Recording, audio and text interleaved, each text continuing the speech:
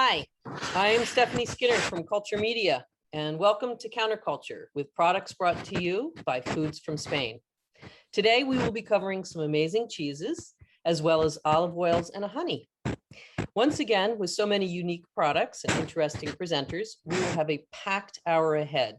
There will be some PowerPoint presentations and guided tastings from our passionate experts. Before we get started, let's go over a few items. This presentation should be in speaker view mode automatically, but if not, please put it in speaker view mode. There is a Q&A button on either the top or the side of your screen. Please post questions and comments there. I will be reviewing them as we go along, and I will ask them to the presenters who are presenting at the time as appropriate. If we have time and we don't get to your questions during the individual presentations, we will have a Q&A at the end. And of course, as always, you can reach out to these presenters directly afterwards, in real life, as it were. You can also use the chat function. I'll also monitor that. We really love to hear what you think, what you suggest for pairings and uses for these products. And as always, commentary is welcome. This is really a medium for communication, so please don't be shy. And finally, you will receive a survey after this counterculture, probably tomorrow. Please help us to continue to get better by filling it out. We've actually followed some suggestions that came after the last one. So let's get started. Actually, before we get started, I do want to say that one of our presenters is in Northern California. We're in the land of rolling blackouts right now. So we are hoping that we don't lose him. So let's get started. First up is Jeffrey Shaw, director, who's going to fill us in on Foods from Spain. Take it away, Jeffrey. Thank you, Stephanie. Welcome today to our overview for a little bit of a taste from Spain. You know, we have hundreds of years. Spain has been a crossroads of civilizations. We have centuries-old traditions, which are kept alive and reimagined in its food. We are very pleased to share with you today some really good olive oils. We'll also have some great cheeses, and we'll finish off with another delicious olive oil at the end. And today, to get us started, let's start with Marqués de Valdueza and John in California. John.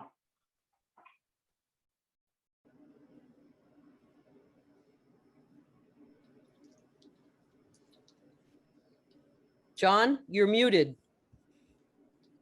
Unmute. We thank you for your subtlety, John, but we need to hear you. There we go. Okay. Am I unmuted? Can you hear me? You're good to go. All right, great. All right, first of all, Jeffrey, thank you very much. And thank you to Food of Spain and Stephanie at Counterculture for making it possible for us to reach out to all of these people in this medium. During the pandemic, there's been a lot of difficulties, as everybody knows, to keep business going on as usual. And these innovative events have made it possible for us to keep going, and we really appreciate your effort. Over the last week, everybody should have received samples of our two olive oils, the Marqués de Valdueza and a little tin of Merula olive oil. Those are the two products that we sent to everybody. And these products, both of these oils, are produced by the Marqués de Valdueza on his Perales de Valdueza estate in Extremadura in southwest Spain. Anybody that's driven from Madrid to Lisbon has gone right through the property. It's about 20 kilometers west of Mérida. And this is the property where the Álvarez de Toledo family has been running the farm since 1624, producing these oils and a host of other fine products. Okay, the Marquis' son, Fadrique, who is also our general manager, has connected from Spain to greet everybody. Fadrique, would you like to say a few words? Thank you very much, John. It's a pleasure. It's amazing how we can be somebody in California, somebody in New York. I'm here in Extremadura in Spain, and thank you to everybody that's on the other side of this machine listening to us. Yes, it's well, this is a family business. It's been this family estate has been the family since 1624, when the first Marquis of Valdueza, my direct ancestor, received the novelty title after being the admiral of the Spanish Navy, and he received this estate. And this estate has 200 hectares of olive trees, has a vineyard, has an olive mill, and has olive trees, different varieties. And we also produce honey, and we also produce vinegar from our red wine. So our objective is to control the whole process in order to be able to deliver the best quality of our products. That's been the aim of the family for generations, and we try to combine the tradition on everything that's been passed from one generation to the other, mixed with the latest innovations in technology, in order to get the best products to be bottled and to be in the shops. So it's a pleasure to be with all of you and to say hello. And I don't think we have much time. And John, I think I will pass to you again. And thank you very much to all of you. Bye. Yes, hello. Okay, thank you very much, Fadrique. I've had the pleasure of working with Fadrique for nearly 20 years now. In that time, we have been able to introduce the Marqués de Valdueza products to the finest gourmet shops and restaurants in about 30 countries. The US is by far our most important market. It was also one of the more difficult markets, considering the very, very long distribution channels and the sophisticated consumers that are every day knowing more and more about olive oil and know what kind of olive oils they like. We were fortunate enough to find Rogers Collection in 2006 as our importer. And we've been working with them ever since. And they have helped us, they've held our hands as we've been learning how to bring our products to the American consumer. And today, Jen Bonacorsi from Rogers Collection, who will be the face of Rogers, should you want to know more about our product or find out how you can get it. And she's with us today. Jen, would you like to say hello to everybody? Yes. Hi, everyone. It's a pleasure to be here. And if you have any questions about how to procure the oil, please don't hesitate to contact me, or the vinegars or the honeys. Okay, thank you, Jen. With the samples, you should have received Jen's business card as well as mine. And please, everybody, feel free to reach out to us if you have any questions at all. If you have any questions about maybe some of the silly things I've said today, or if you have any questions about the products or how to, like Jen said, of how to get them. But we're here for that reason. Just reach out to us. Thank you. On the samples, I hope that everybody saw a QR code that for us not very computer literate people, it was very hard to get our head around putting this on the label.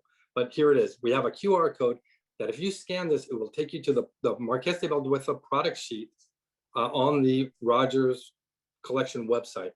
That on that product sheet, on that page, on the product page, you're going to find the sales sheets for our products for the 2 olive oils, and you're also going to find a video that I hope everybody has had the opportunity to see that Fadrique produced during the very tremendously difficult conditions of COVID. And we think that it's a video that shows a little bit of the philosophy of our company, and it shows the passion that we have for making the best products that our terroir can produce. Okay, as Extremadura is the breadbasket of Spain, and the products are in extreme quality. I think everybody that has tried them knows that. But each terroir has its own personality, and what we try to put in Marqués de Valdueza is the personality of our estate. So on that website, on the Rogers Collection website, you're not only going to find our 2 olive oils, you're going to find our red wine vinegar, which is like Fadrique said, it's a vinegar made at the Marquis bodega, his winery. it's made from the Marquis wines, and it spends 22 months in French oak barrels. It's an aged finishing vinegar that is actually a wonderful, wonderful product. We also produce from 4 of the Marquis landholdings a selection of 4 raw honeys. This one I'm holding here is a heather honey. We also have an orange blossom, a wildflower, and then a home oak honey. The home oak is made from the sugar that forms on the outside of the acorns, those acorns that farmers will feed to the black-hoofed Iberian pig in Spain. So we make a pata negra honey, okay? Everybody should, I really wanted to point out that these honeys are fabulous as an accoutrement for any cheese counter. These would be a very, very nice product for all of you cheesemongers out there, okay? Today, though, I really wanted to spend the little bit of time that we have left to talk about the olive oils.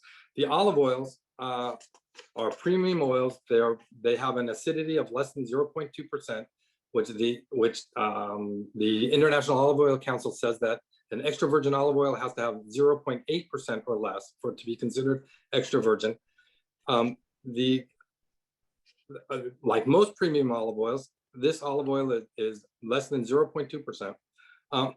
And in fact, today, most premium olive oils are defect-free. There are lots of very, very good ones. And the question that I want to leave you with today is, how do you choose an olive oil, and why should you choose Marqués de Valdueza or Merula over other olive oils? Marqués de Valdueza is a well-made product. It's a beautifully packaged product. Both of our products have won packaging awards. But what really makes it a worthwhile product for a retailer to have on their shelves is that it tastes good and American consumers like it. They'll buy it once because of the packaging, and they'll come back and buy it again because of the taste. And we have an olive oil that is not an aggressive olive oil. That doesn't mean that aggressive olive oils are bad. There's a place in the market and in your kitchen for a very bold, robust Tuscan oil, for example. If you have a Fiorentina, you want that kind of an oil. But if you're making a caprese and you want the basil to show up, the tomato to be fresh and lively, and the luxurious mozzarella to come out, you want an olive oil that is a taste enhancer, like Marqués de Valdueza and Merula. These olive oils are well made, they're well packaged, they taste good, and people continue to buy them. And that's what I want to leave you with today. Okay, please ask us questions, come back to us. There's lots more. I've got millions of things to talk about, and it doesn't fit in this little bit of time. So I'm going to leave you with that. Actually, John, before you disappear, I do have a question that has come up repeatedly about olive oil on these. What does the acidity in olive oil mean? That is a really, really good question. And I would say that most people, even in the industry, don't really know what acidity is in olive oil. When we measure acidity in olive oil, we're really talking about the free fatty acid that's released by the degradation of the triglycerides in the oil. That is, the fat degrades and it releases free acid. This has nothing to do with like a litmus test pH of the oil. pH is actually the measure of hydrogen ions in water-based solutions. And an oil which is not water soluble, well, you can't use a pH test. And they talk about free fatty acid as a chemical parameter that shows the quality of an oil. When fruit is unhealthy, or when it's treated badly, when it's damaged, fruit that's collected off the ground, when you use that fruit to make olive oil, your free fatty acid is going to be higher because the triglycerides have degraded. Really, at a 0.8% or even a 2%, which marks the limit of a virgin olive oil that starts the lampante oils, the human mouth can't really taste the acidity.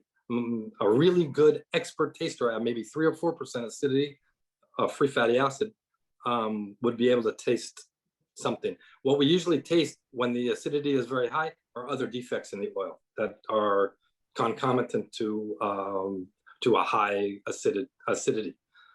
But acidity is a chemical parameter. it doesn't really denote any specific taste. It denotes the quality of the process that made the olive oil. Okay, so a good olive oil, a well-made olive oil has low acidity, has low free fatty acid. Okay, I don't know if that explained it. Did that explain it? Yes, it did. And I've been thanked for asking the question. So there you have it. Okay, very good. You guys, I love those kind of questions. Anybody has more of those questions, send me an email. Okay. All right. Before the end of so we're going to be moving on now, but so before the end of the event, if anybody has questions about triglycerides, etc., this is your man. Thank you very much. So Jeffrey, you're up. Okay, we're up with change of product, change of direction. We're going to have Michele Buster from Forever Cheese to tell us a little bit, or maybe quite a lot, about Quesos Corcuera. And amongst the cheeses, of course, we'll have Manchego, very famous cheese from Spain, but as I'm sure Michele will tell you, not all Manchegos are created equally. So it's important to taste them and learn about them and be a discriminating palate. Michele. Thank you, Jeffrey, and you are so right. Hi, everyone. Thank you for being on the call today. I'm Michele Buster with Forever Cheese. I've been doing this, it feels like a good lifetime, a really lucky lifetime, since the early 90s. And I've been head treasure hunter for us for over 20 years.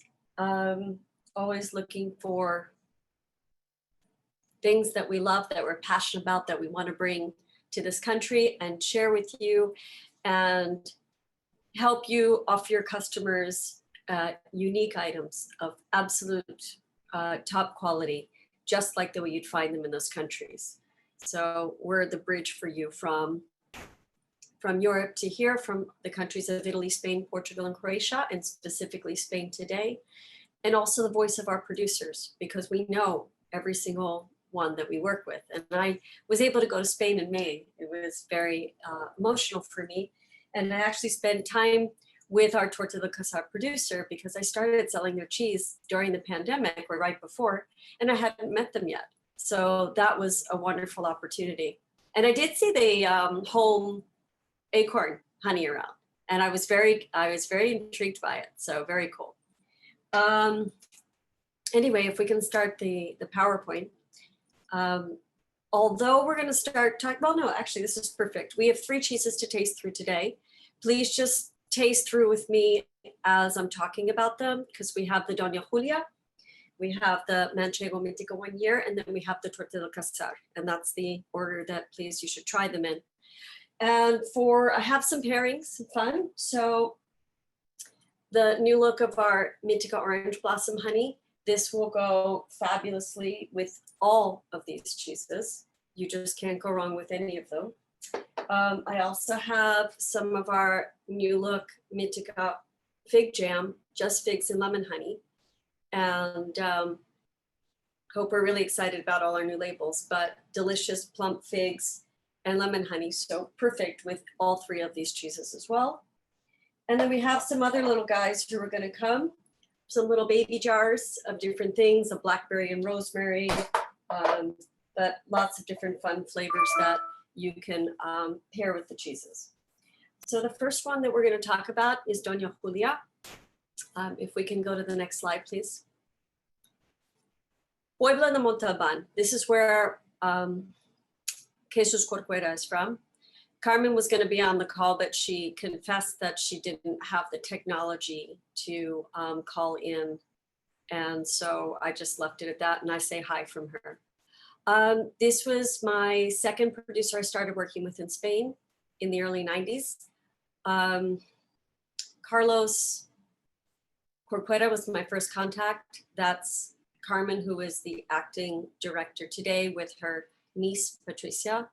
It was Carlos and Ramon, Julia, which Doña Julia is named after their mom, Julia, and Eusebio, all in this tiny little town that I used to just make like little jokes about, La Plaine, because when people couldn't say the Campo de Montalban cheese, I just wanted them to think of that.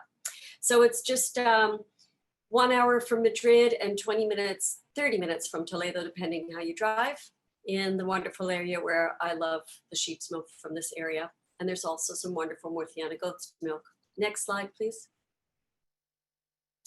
Here's some great photos of La Mancha. There are some times where it really does look like this, and our fabulous Manchego sheep, which produce about 2 liters of milk a day. And there's never enough milk in the world and in the country. There is a shortage right now, if I forget to say this, there is a shortage of Manchego sheep's milk. There's a shortage of aged cheese in La Mancha. I've scrambled to get as much as I can, but it's going to get harder and harder. People are fighting over milk prices. Milk prices are skyrocketing. So if you see some changes, it's not because people are doing this willy-nilly, but there is a crisis going. And every year we seem to have, not every year, every few years it cycles and we seem to have some of these crises. And it's a shame, but there seems to be always more cheese produced than there is milk available. So it's a curious, interesting challenge here. Next slide, please. Here's Carmen Corcuera and Patricia. And I feel very fortunate to work with this family. And it literally has been since like 1996 when Carlos and I met in a cafeteria and I was looking for the Manchego. And he was too uncomfortable to cut the cheese in the cafeteria. So he invited me to come to the garage where he promptly split open the carton, put the cheese on top of it, cut into the 6-month El Trigal. And for me, it was love at first bite. The butter, the craziness, it was just amazing. Today's cheese, when we get to it, is raw milk. And I'll tell you more about what Carlos thought about there. So this is the family who's still there. They still have many different cousins. And next slide. This is the Doña Julia. So you should have nice little, cute little 14-ounce semi-soft goat cheese. It's aged no more than 15 days. I've always wanted to bring fresh cheese here, but there are those obvious setbacks that if I bring it, it might have only 10 days shelf life, or it might not even last that long. And so this is something that I see as a niche that is not currently being filled. It's young, it has a little touch of salt, not overtouching. It's got this ability that you can microplane it, you can melt it, you can use what you can do just like a queso fresco. It's literally just pressed, not even for an hour, it's just made, put into the mold, and then it gets sent out. And the whole idea is, you know, why this cheese? One, it's a good value. Two, it's a great cooking cheese. It's something, it's typical of things that in Spain you'll find what people are going to use. When I wanted to do dishes for restaurants with mel and mato, and I wanted a cheese from Spain, this was, once I tasted, I'm like, this is perfect. Just a little bit of cheese, a little bit of honey, and you have a simple yet wonderful snack or dessert. It didn't have a name. And I thought long and hard about what that would be. And then I said, why don't we name it after the matriarch, Julia? She lived for her wonderful 80 some odd years, wonderful lady. I'll share that I'm not a big rabbit person, but her conejo al ajillo, which was like sauteed rabbit in tiny little chunks with garlic and parsley, was like amazing. That was such a treat when we went. And she lived upstairs on top of the cheese plant. Anyway, we wanted to pay her homage. So we thought it was fun to take a young cheese with a woman, you know, who's done so much in the years of cheese making and give it that name to her so that her name would be kept in memory. I'll still have to do Carlos at one of this point as well. Next slide, please. Here you have Doña Julia Sanchez de Pedro. So she's was a grand lady and I miss her very much. She just did a lot in cheese making, and the whole Corcuera family really were instrumental in the start of the DO themselves. Manchego is a tough category. There's a lot of competition. There's a lot of things that we don't understand, or there's, you know, exactly what is a Manchego, how to make sure that you can see it on the store level. So education is always very important, and reminding and tasting yourself. When it gets to raw milk, Carlos said to me, well, actually, Carlos used to pick up the phone and call me and say, today I've made the best cheese of my life. He was the only producer who continually did that. Just so excited, always wanted the top quality. And so that was really exciting to me to have someone say that. So when I broached the topic of making a raw milk cheese, you can go to the next slide. He was like, no. Oh, sorry, I'm talking Manchego already, and I missed showing you the Murciana goats that make Doña Julia. My bad. Hi, girls. How are you? Love those Murciana goats. They're still that great, nice, big, rich milk, great butter fat, making great raw material for us to have a terrific cheese. Next slide, please. This is just making the Doña Julia. Next slide, please. I won't get ahead of myself again. Here we go. We'll leave it here for a sec. So Carlos always said to me, I want to make every single wheel of cheese great and better than itself. If I make you a raw milk cheese, I can't guarantee that every single piece of cheese is going to be great. And I don't like that. So he resisted me for years. I wore him down over time. And finally, one day he called me and he said, you know what? I'm ready. I'm going to make you raw milk cheese. Thank God, because I needed it. So you're tasting we do the El Trigal 8-month raw milk. We also do, this is the Mintika 1-year raw milk that we're doing. And we also have a Mintika 4-month, but that one's not made by the Corcuera family. Let's go to the next slide. Here's the Manchego Sheep. That's so important, that butter fat, that great milk, the inimitable. Interesting, when we get to Queso Del Casar, they crossbred their sheep to make sure they had some Manchega in it. Next slide, please. So this is what I want to show you, was the one image, and we'll have a next slide after that. If you look at this, this is the casein plaque that goes on every single piece of cheese. This is what is going to show the traceability that it is DOP Manchego. You have your numbers, you have your plant count. It used to be just one in the center, but now if you have it like this, because so often people are cutting it and making pre-cut wedges. When you cut wedges, now you have that traceability. This is one of two things that show you that this is a DOP Manchego. I want to just point out that as we're looking at the line and the way the cheese is coming out done, when I started with Corcuera, their cheese plant was in a house. It was this white building. It was super small and super modest. We started working together. And then one day, all of a sudden, I pulled up to this dusty little town. And instead of the house was on one side, there was this big glass factory. And inside the glass factory, there was this whole automated place. And I cried. I was like, oh my God, what am I going to tell people? You're not like the small artisan doing by hand everything anymore. But what I loved about Carlos is he was genius. He saw the future. He said, this is the future. It's like my Gorgonzola guy, Igor, because he was always like fidelity to the cheese. These were people who saw that you could still have the imprint of your milk selection and your recipe and your hand, but you were automating it so that you could be more efficient and also be more safe. And certainly with the pandemic that we just went through, everybody was looking for safe, making sure how we make our things, cleanliness.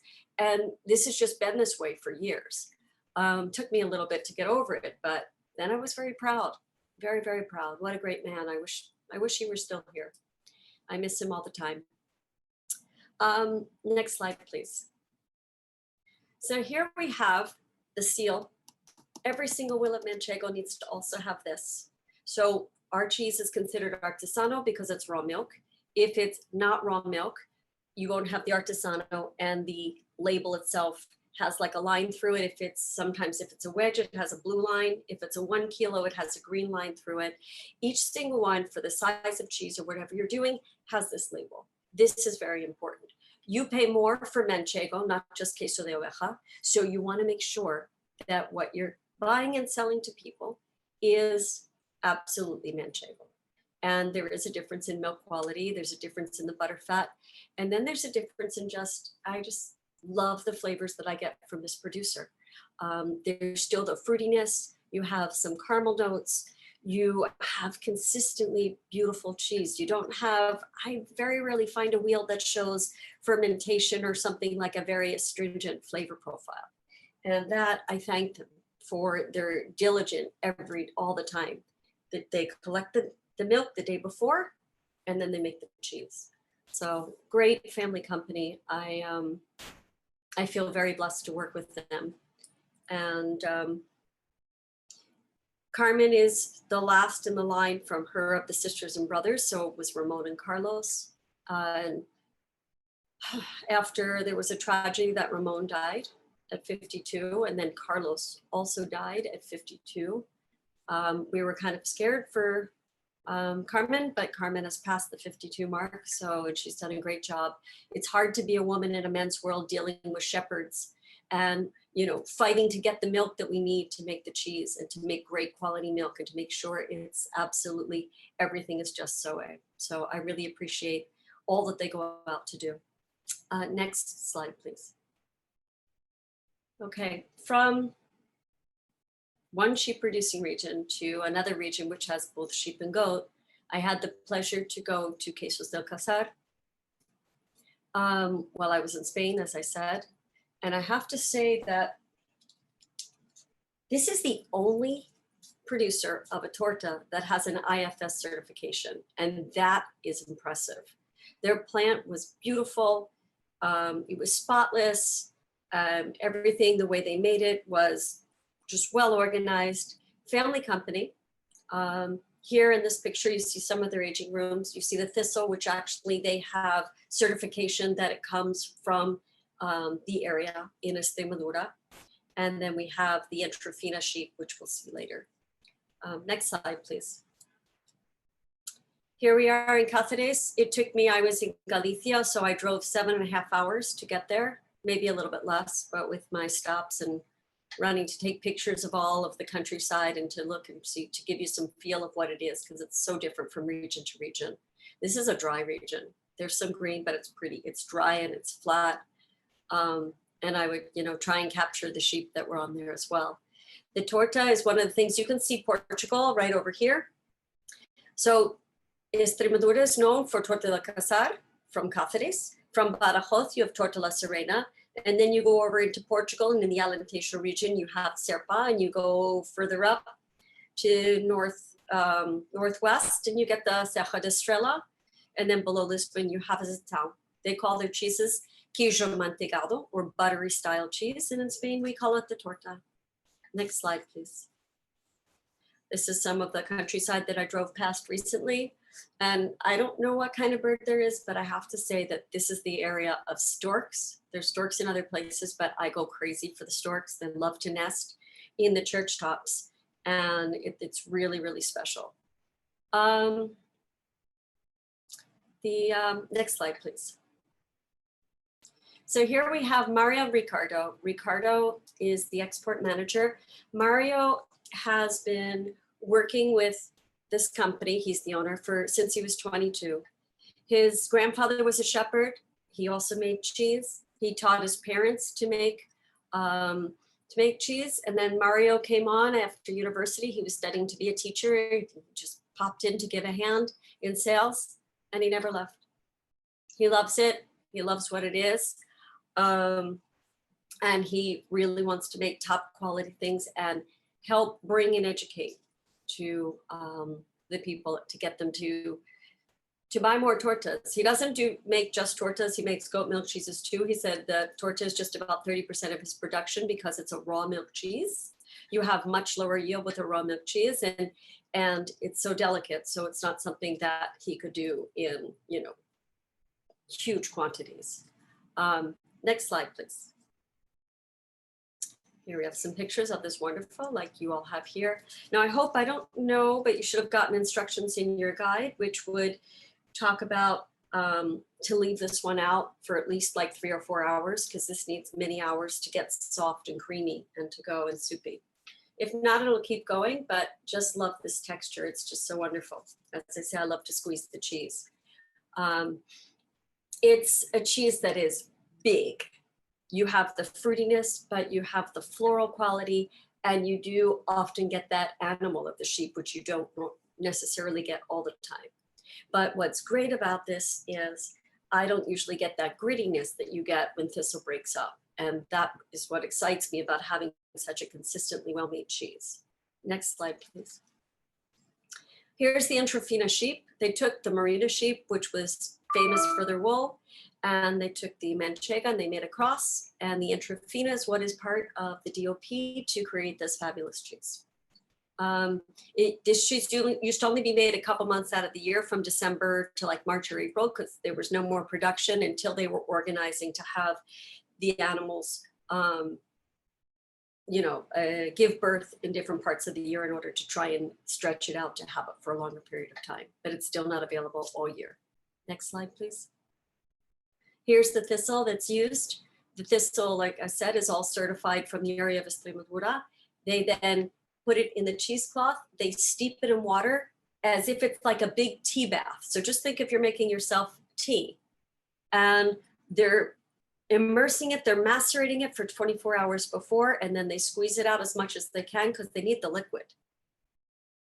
Next slide, please.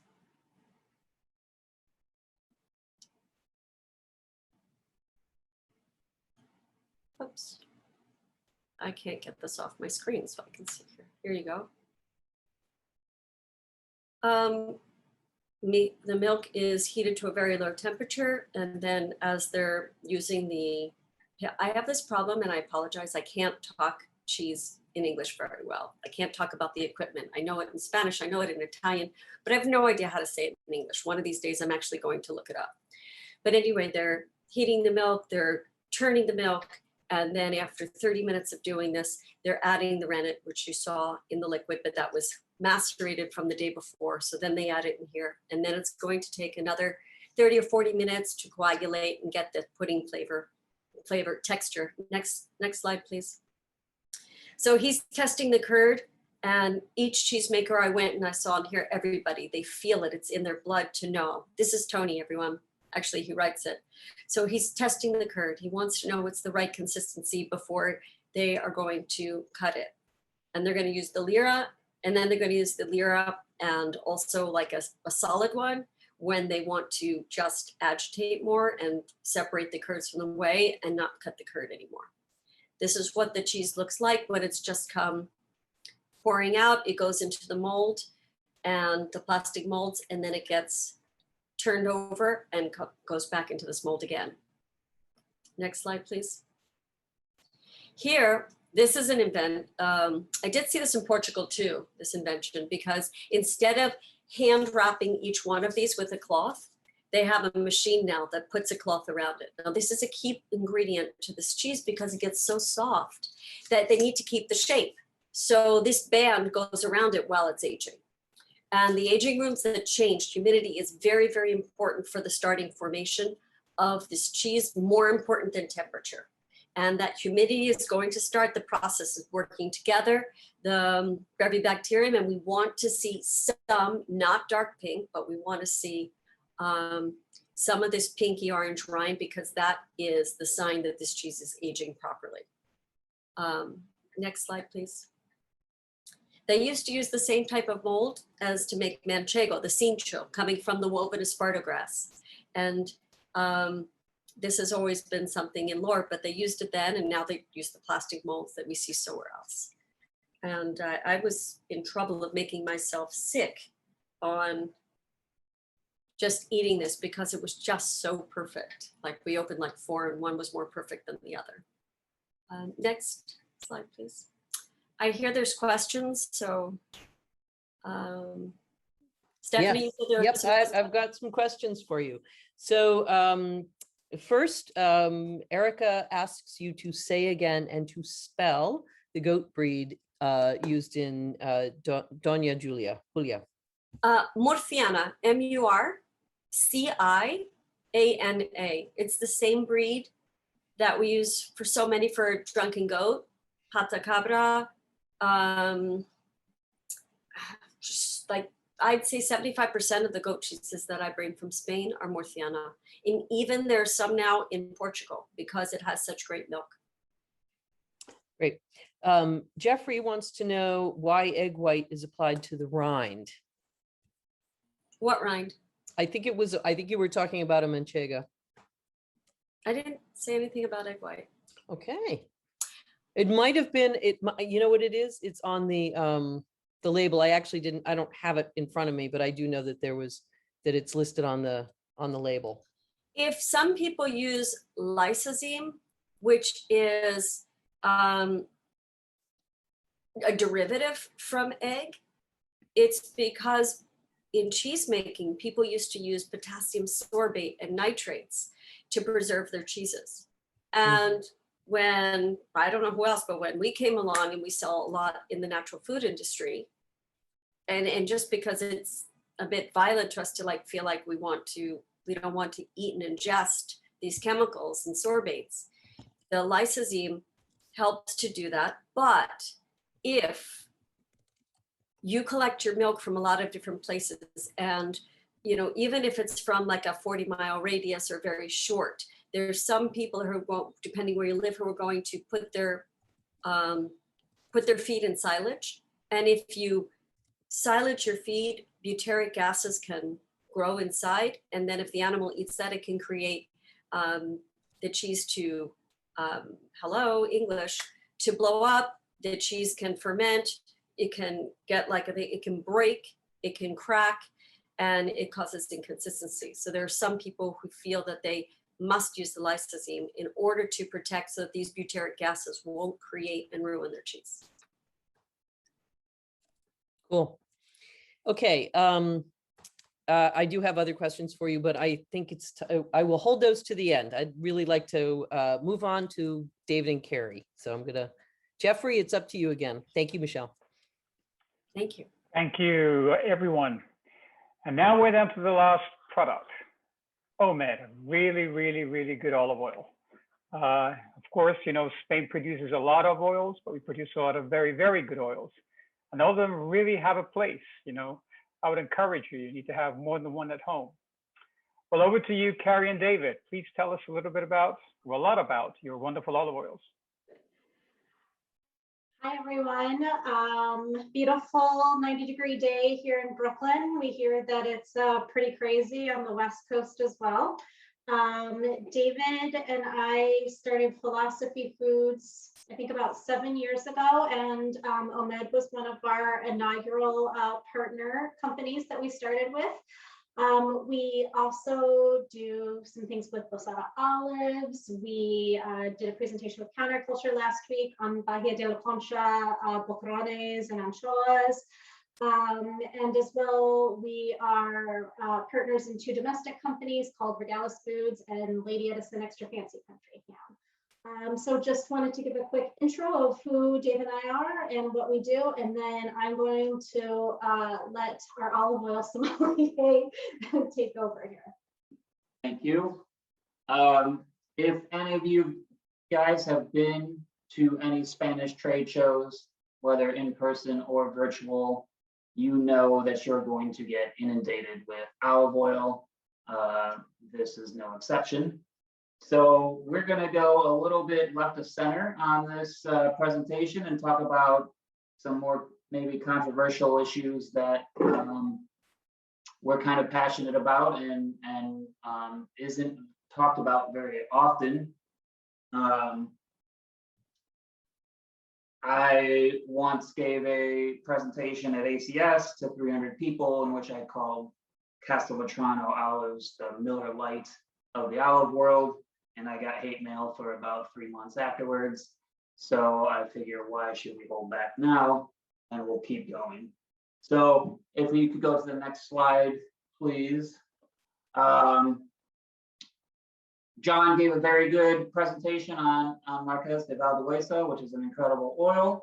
And I'm just going to go through all the points quickly because when we're talking about Spanish oils of this quality and of Marqués de Valdueza, and I think Michele still imports Duaro. Last week we had Casa de Fuego and the biodynamic desert olive oil. In general, these producers are at such a high level and now producing the greatest oils in the world out of Spain. In general, we're doing things very similar, okay? So we don't need 4 presentations of the exact same way we produce olive oil, so I'll run through it quickly. At this level, almost all of us are doing very early harvest. Ours is done in the middle of October. O-Med is done about 2 days production for each variety. We're harvesting at night to keep the temperatures cool. We also start milling the olives 3 hours from when we pick it. This prevents fermentation and keeps the acidity low, which John was talking about already. We're all doing a very cold extraction, which means as we're milling the olives, the temperature from friction is kept very low and slow, which decreases the yield of the olive, but increases the fruitiness and keeps the acidity low as well, which is why these type of olive oils are $25 plus on the shelf. We're doing monοβarietals, Arbequina and Picual. And if you guys don't mind while I'm talking, just pour one of each in the sample cups that we provided, because we'll hopefully get to a quick tasting at the end. O-Med is founding member of QV Extra, which ensures every member of that has to be a grower and producer. It's very important, I think, for all of these producers to keep the full process under their control, which again, when we're at this super high award-winning level, that's critical. O-Med, we all have awards. This year, O-Med got from the Ministry of Agriculture, awarded the best olive oil, which for Paula and Conde in Spain is very important to them. And we can go on 3 generations, all the latest technologies, export to 30 some countries. It's the same kind of spiel that we're all giving, although it's all true. So as we got that out of the way, I kind of want to go to what we're talking about. If you can go to the next slide, please. The type of farming that we're doing in olives and what we are also seeing in the industry. So O-Med is using what we call regenerative farming. That means we are taking care of the soil. So it can be, when I say we, I say Paul and Wande, but we've been working together so long that I assume myself as well. I'm a professor in olive oil like Wande. But we're taking care of the soil just in any other responsible farming, so we can pass the grows along from generation to generation. What we're seeing also in the industry now is super high density farming, which I'll get to in a minute, which I'm sure I'll get pushback from others, but we feel is not the most responsible farming methods. We put in there our little logo that Karrie came up with. Our trees are socially distant. That's very important for us, how far the trees are from one another in the grove. We have several different groves, but our minimum tree length is going to be 6 meters from trunk to trunk. If you don't mind, to the next slide. As I just talked about, regenerative farming, it also really revolves around the type of harvesting that we're doing. So how we harvest is with umbrella harvesting, which I'll show a picture in a minute, but there's basically a tractor that goes from tree to tree. A clamp attaches itself to the grasp the trunk, and then an umbrella comes around the tree. It shakes the tree, the olives fall, and then there's 2 guys with what we call varas, which are big sticks that are knocking the branches to get the rest of the olives off that didn't fall off the tree. You not only taking care of the energy in the ground, it's also takes care of the olives better, harvesting that way. Also, biodynamic measures within the grove. What's very important is the bird habitat. In Spain, it's the Sorsalis bird. It is basically the only natural agent against the olive fly. And if you get to do some studying against the olive fly, once it sets in to a region, it can wipe out almost a whole country's crop that year. And what happens is the fly burrows in the olive and lays its larvae. These birds go in, eat the larvae out of the olive, and keeps a natural protection against the fly. Otherwise, you really have to spray and use a lot of chemicals to combat it, and sometimes it's just impossible. You can go to the next slide, and I'll kind of keep talking. It's better to kind of see. So.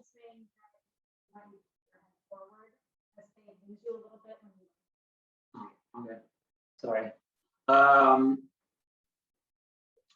So you can see on the left, that's Paula and Fonde, and you can see how far the rows are apart from each other, and the trees as well.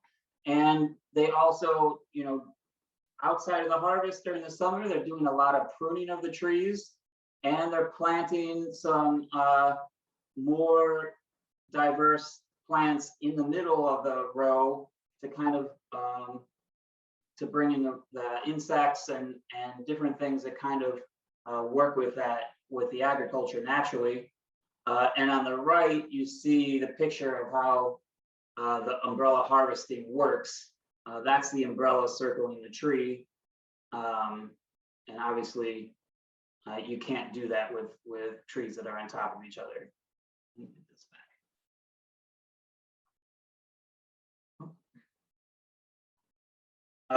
Other things that they do, which Maria from Qualdo also talked about, underground irrigation. Olives grow in arid climates, just like wine, where they're a little bit water starved. So especially in Andalusia, water is like gold. So they dig their irrigation underground to prevent evaporation. And if you can kind of see in the background on the left picture, those are the Sierra Nevada mountains. And it's really interesting in that region. They've got basically little canals that they've made for the runoff from the snow runoff, and it irrigates the region naturally. And again, they've invested in underground irrigation in their own grows as well. And in the mill, they also incinerate the pits to run the mill. And in the groves in which they have some hillsides, they use solar energy to push the water up the groves.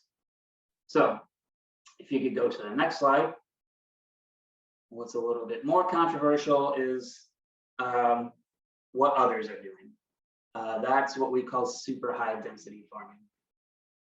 It is much more efficient. You can get much more olive oil out of a grove in super high density farming. What super high density farming is basically planting the trees as close to one another as you can. They only let the trees grow maybe 6 feet tall. The rows between the trees are also reduced size as much as they can, which is giving them obviously more olives per acre or hectare, and making them more money. How it's harvested, which I'll show you in the slide in a second, is they have these overhead harvesters that are mechanically take the olives off the trees with kind of fingers. And it's done very quickly, just like if you see someone harvesting corn or something like that in the West. Why is that a problem? It's several reasons. One is the stewardship of the soil. You are planting 4 times as many trees in the same area than we would with regenerative farming, which means we're taking all of the energy out of the soil.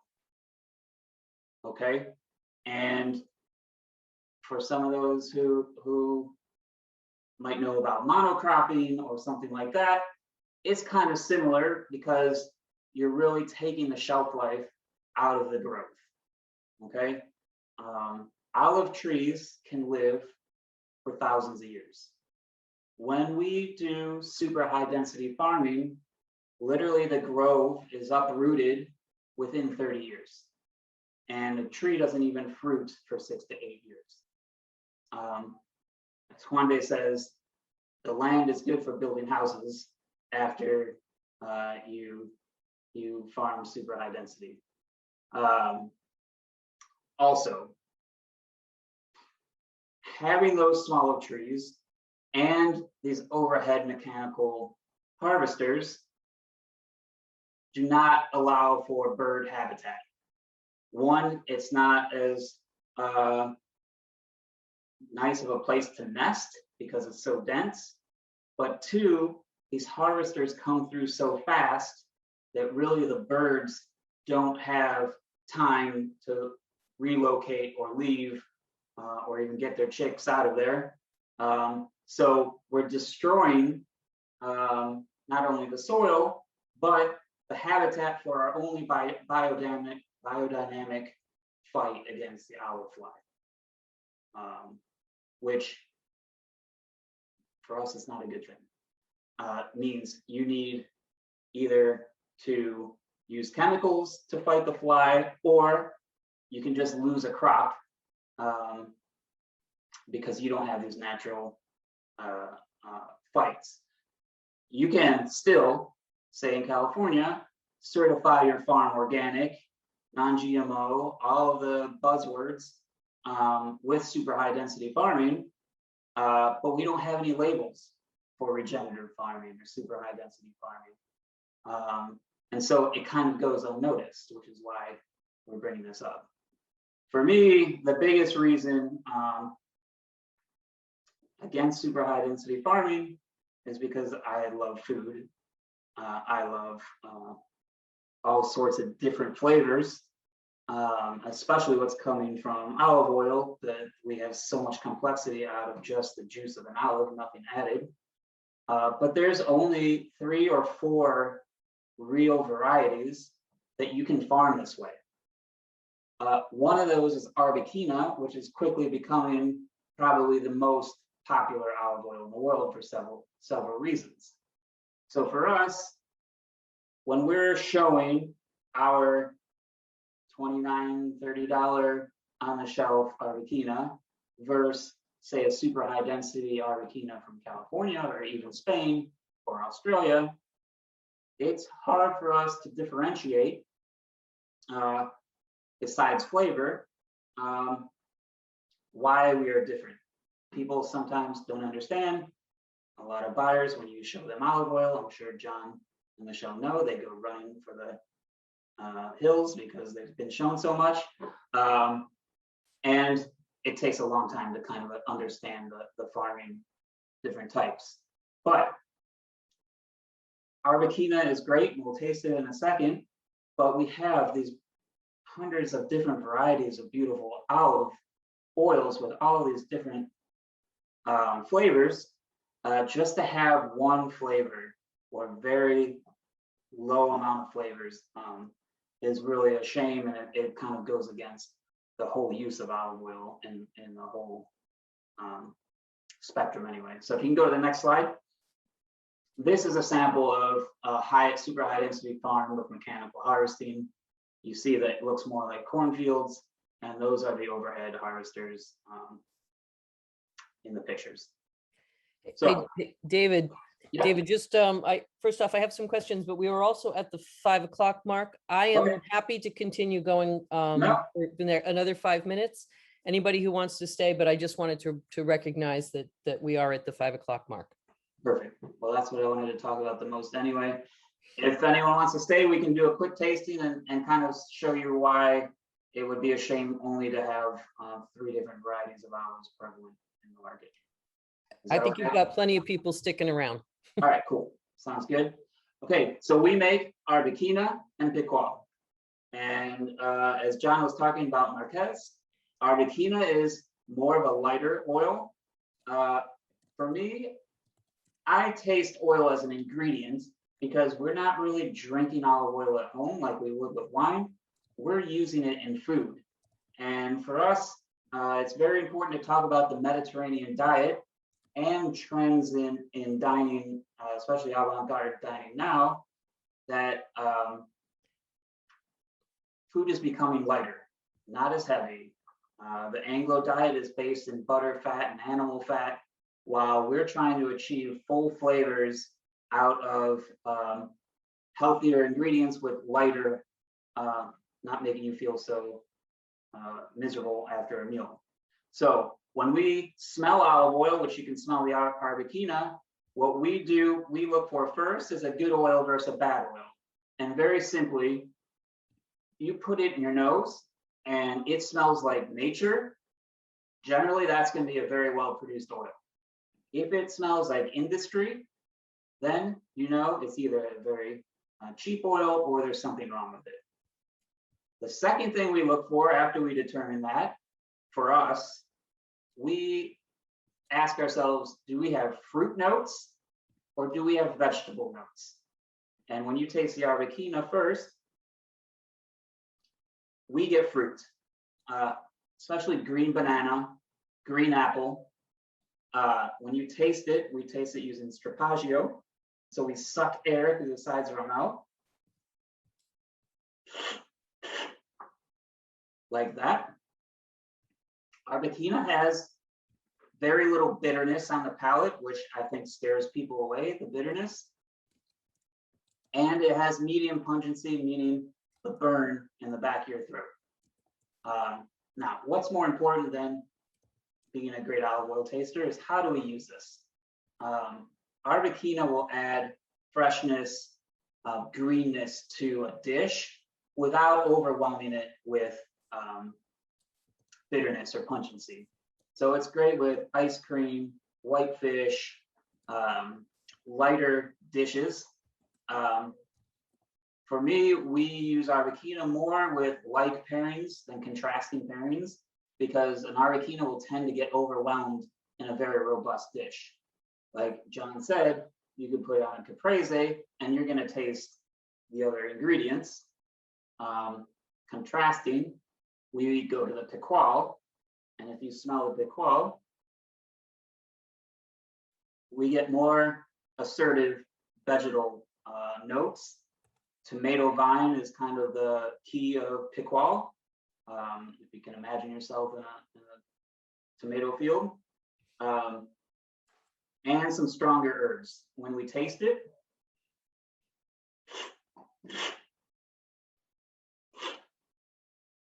there's a lot more dancing going on the palate. There is more bitterness.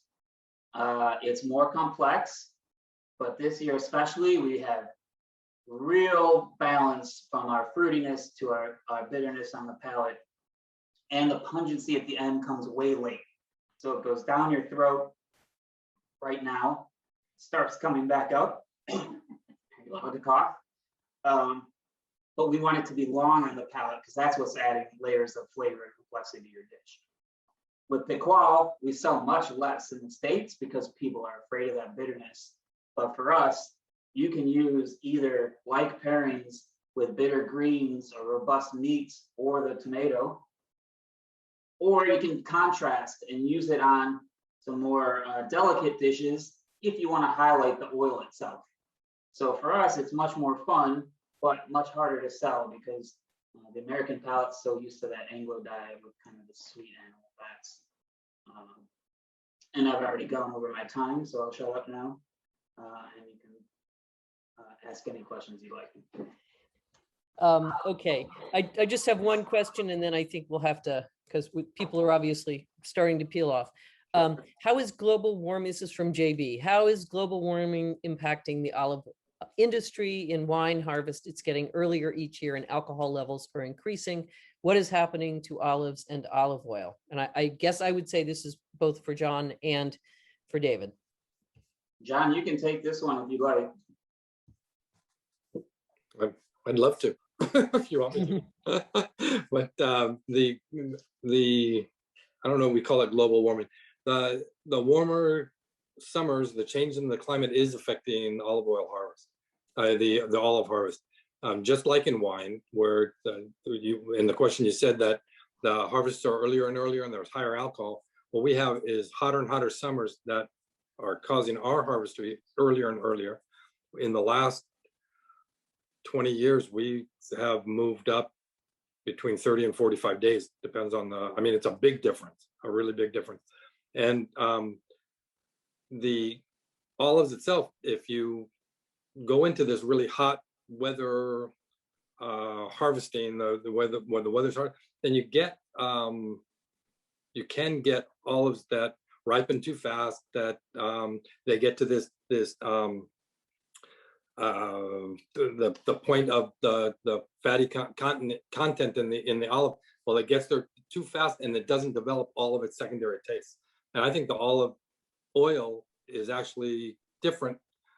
Doesn't necessarily mean that it's worse, but one thing that is really interesting is that in more northern areas in Spain, we're getting better and better olive oil, which is just like we're getting really good champagne type olive oil out of Sussex in England. You know, I mean, as the global warming is moving into different areas, well, different areas are producing different products. And in Spain, for example, in Galicia, we're getting some really nice olive oils now. I think, I don't know, somebody talked about olive oils from Rioja. There are some excellent olive oils coming out of Navarra and Rioja. And they're not just the typical empeltre styles. There's different kind of olives that are being planted. So yeah, it is affecting harvest. It is affecting the industry, but it's not necessarily all bad. It's just different. Yeah, I think we're adapting to it. I don't know. What do you think, David? What do you think? I agree. I think I don't remember the parallels, but olives actually grow. I'm not going to say the numbers because I'll have it wrong, but between two different parallels on both sides of the hemisphere. And there is actually like a line in which olives really will not grow, or at least fruit over that parallel. So I don't know if that's moving up at all, but I think John's right. You can definitely make great olive oils anywhere within, and as the climate changes, I mean, olives and wine kind of, they grow in the same climate, so it's Mediterranean type arid climate. So we see more regions like that, unfortunately. Okay, this was fabulous. I feel like I need to learn so much more about olive oil. Thank you so much to David and Karrie, and to John, and to of course fabulous Michele. Look forward to seeing you guys face to face one of these days. So thank you so much, and thank you for everybody for sticking around a little bit longer. Thank you, Stephanie. Ciao.